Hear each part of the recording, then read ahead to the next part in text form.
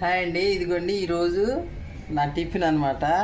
ఈ మధ్య కొంచెం హెల్త్ బాగట్లేదు, అందుకని చెప్పేసి కొంచెం ఈ ఫ్రూట్స్ తిందామని చెప్పేసి కేరాలు, క్యారెట్, యాపిల్ మొక్కలు అట్లాంటప్పుడు కొంచెం ఇట్లాంటివి తింటా ఉంటా. మళ్ళీ డైటింగ్ అని పెడుతున్నాను, తగ్గట్లేదు కదని కామెంట్లు పెట్టబాకండి.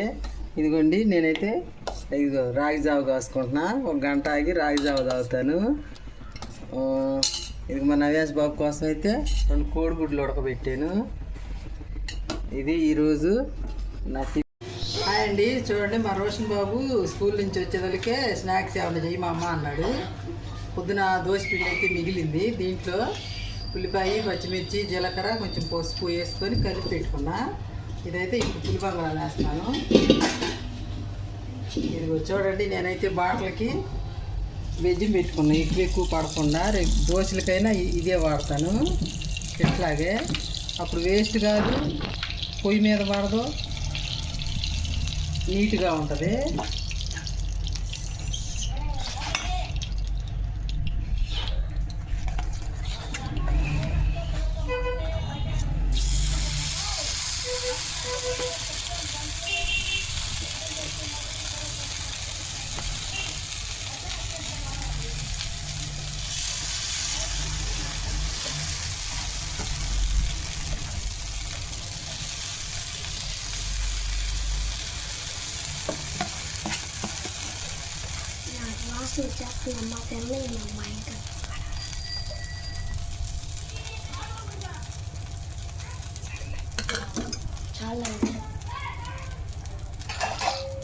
ఒక 2 నిమిషాలు మూత పెట్టుకుందాం, బాగా మగ్గిద్ది.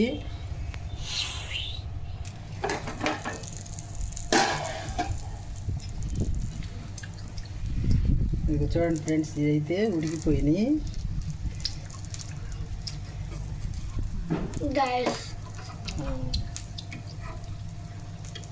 అయితే ఒకసారి అట్లాగా తిరగేసుకుంటే కొంచెం ఒకసారి మనకి ఉడికితే ఏమన్నా పచ్చి ఉంటే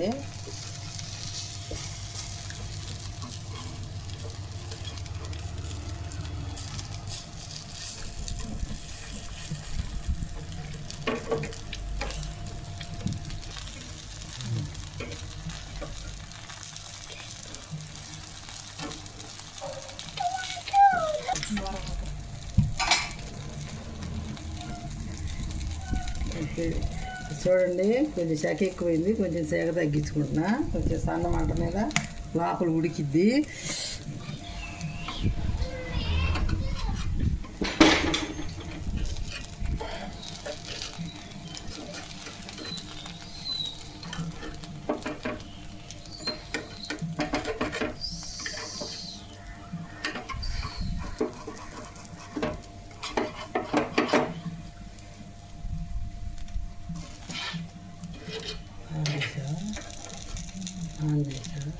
వేసిందాలి ఒక్క నిమిషం.